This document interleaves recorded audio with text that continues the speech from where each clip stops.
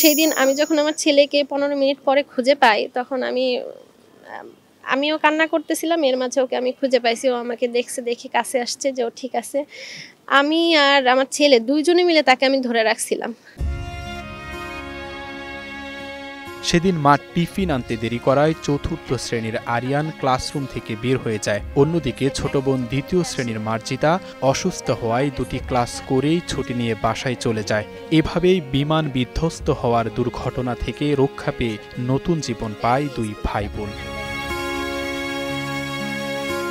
ঘটনার ১৩ দিন পর নবম ও দশম শ্রেণীর পরীক্ষার মাধ্যমে শুরু হয়েছে উত্তরার মাইলস্টোন স্কুল অ্যান্ড কলেজের পাঠদান কার্যক্রম। এদিন শিক্ষার্থীদের উপস্থিতিতে প্রাণ ফিরে পায় স্কুলটি। তবে সোমবার ভেতরে প্রবেশের অনুমতি ছিল না সংবাদকর্মীদের।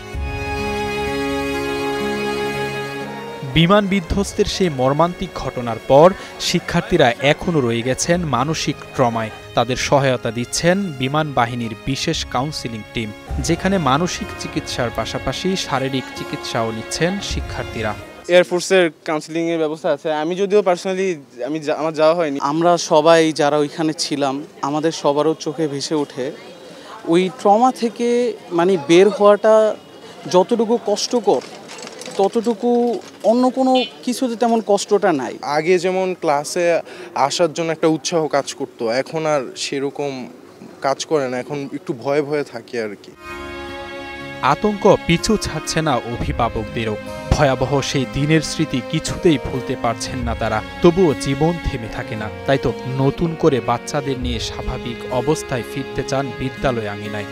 থমথমে একটা পরিবেশ। এখন আমাদের থেকে তো একটু বেশি একটা ভালো লাগতেছে না। তাও এখন কি করব, বাচ্চাদেরকে নিয়ে এখন আমাদের কষ্ট করে আসতে হয়, একা ছাড়তে পারতেছি না। প্রত্যেক বাচ্চাদের মারা যারা আমরা আসছি আজকে এখানে, সবাই আমরা এখানে মর্মাহত যে এই বাচ্চাগুলোর জন্য আমরা সব অনুতপ্ত। আগের মতো হয়তো আমরা আবার সবাই ভালো লাগবে বা এখানে আসলেও ভালো লাগবে বা ওরকম ফিলটা এখনো পর্যন্ত আমাদের আসলে আসে নাই।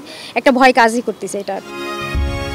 তবে বিমানের রানওয়ের নিচে স্কুল ভবন কতটা নিরাপদ, এমন প্রশ্নের জবাব এড়িয়ে গেছেন অনেক অভিভাবক।